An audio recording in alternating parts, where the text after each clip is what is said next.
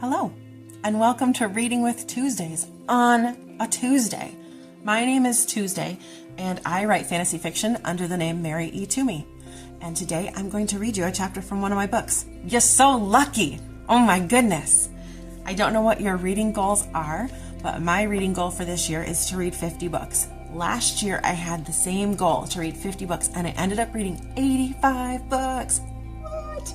So this year I'm not upping my goal.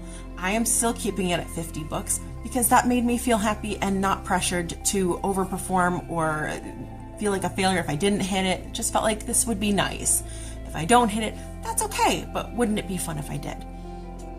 So, whatever your reading goals are for this year, if you decide to have any, which you don't need to if you don't want to, you've got enough goals. I would be happy to add to the list of books that you've read this year. I post a new video every Tuesday, and I'm reading straight through one of my books. This is fantasy fiction. This book is called Savage Hearts, and it is book 1 in the Savage Hearts series that we are going to read together. So, get cozy, get comfy, and let me read one chapter to you. Chapter 7, Someone to Lean On, Raphael.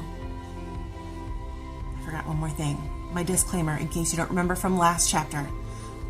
Santos is mute, so whenever he speaks in the book, it's in italics, so you can tell that he is speaking and signing, because he can't speak with his mouth, so he speaks with his hands.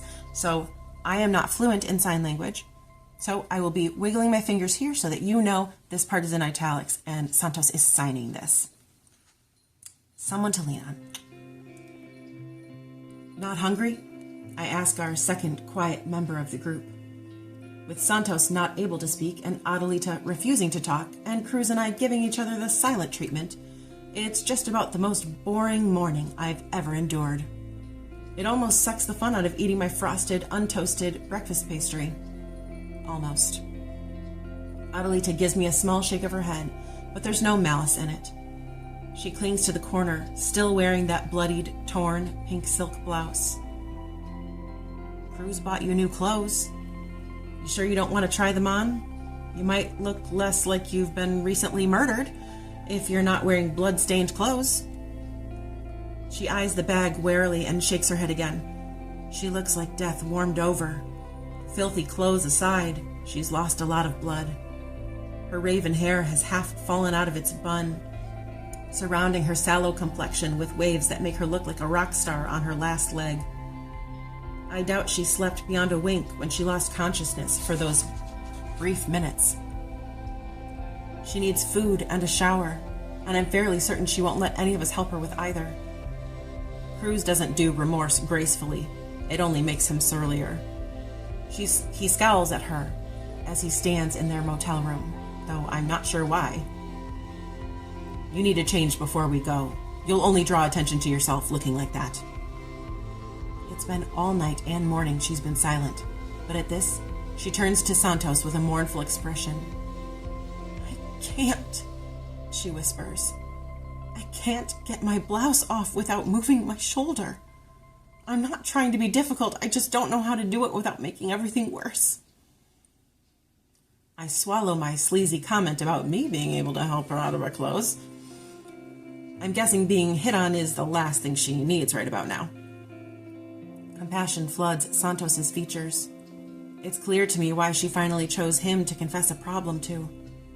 His shoulders lean in, and he holds up a hand with a solemn expression, communicating that he can take care of that problem. She trusts Santos enough to let him help her to her feet. It's kind of sweet to watch her lean on him. I've never seen Santos near a woman who wasn't Cruz's sister. And Ava doesn't lean on anyone, least of all one of us, her annoying brothers. The care Santos takes with her as he leads her into the bathroom astounds me.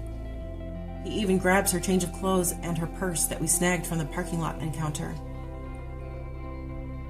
I know he didn't learn that from Cruz or from me, yet it's clear Santos is exactly the sort of understanding soul Adelita needs right now. You're an ass, I say to Cruz, the second the bathroom door closes them off from us.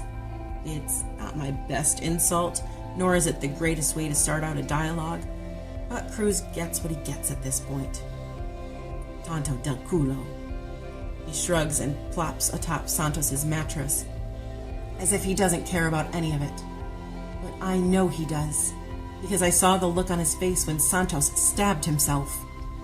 Plus, the sky hasn't cleared of its dark clouds all morning. That's the biggest tell of all. He feels guilt. He just doesn't know what to do with it.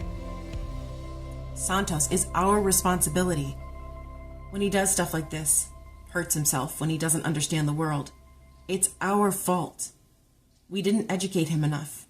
For how reformed we brag he is to the tribe, seeing a knife jutting out of his thigh because he doesn't know how to question Cruz guts me every time. What's the plan for today, oh fearless leader? Cruz doesn't look at me.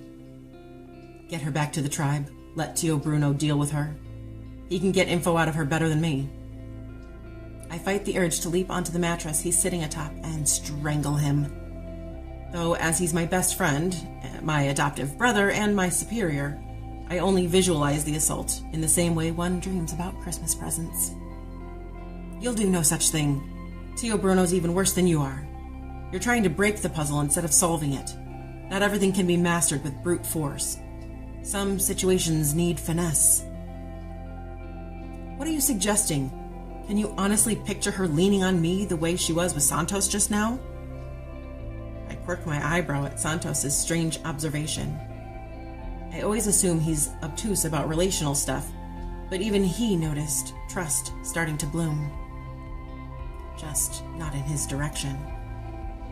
Is that what you want? For Adelita to lean on you? Because tearing open her stitches is a funny way to show it. Shut up. I don't want anything like that. I glance up at the ceiling, putting on as much ease as I can fake. Well, your way landed you here.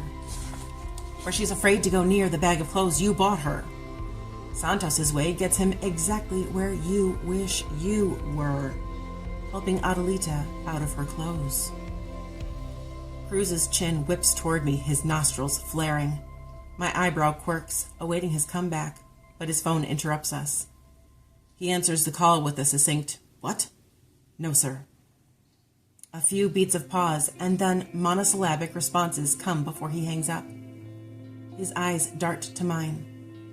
Tio Bruno wants us to check out the curse tree in Buckley. 4 members of the Calcoo were spotted there just now. We should go. We will. Go load up the car so Adelita can shower without worrying you're going to break in there and hurt her again. I could say it with a sneer, but I don't. The truth doesn't need extra bitterness added into it. Cruz stands and pounds his fist to the bathroom door. Hurry it up in there, Santos. Tio Bruno called. We need to go check out one of the curse trees. I snigger when there's no response from the other side. Cruz flips me his middle finger before stomping out to load up the car. Yes, we're off to a great start. And that was the end of chapter 7. I'm so proud of us.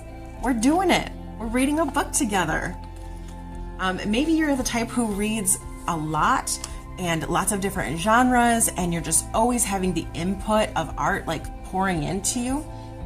I love those people. I aspire to be one of those people. So you are in good company here. If you are the sort who wants to make literature and reading more a part of your normal life, you are also welcome here. You don't have to have read all the millions of, the Homer and the Odyssey and the Iliad and like all the fancy things to be able to be welcome here. Literature is meant for everybody. So this channel is meant for you, wherever you're at in your reading journey. So, if you can't wait for the next chapter, you're welcome to pick up the ebook for free. It's available for free on all major retailers. You can get it, just go to my website, maryetomey.com. Here's the spelling. Oh my gosh, look it, I have a visual aid for you. I'm so proud of myself. maryetomey.com, and you can click on the retailer of your choice. That would take you to the free ebook if you'd like. You can also buy the paperback, or you can read it with me 1 chapter a week, and we will read a book together this year. I'm so proud of us. We're killing this new year. Thanks for spending time with me. I hope you have a wonderful day.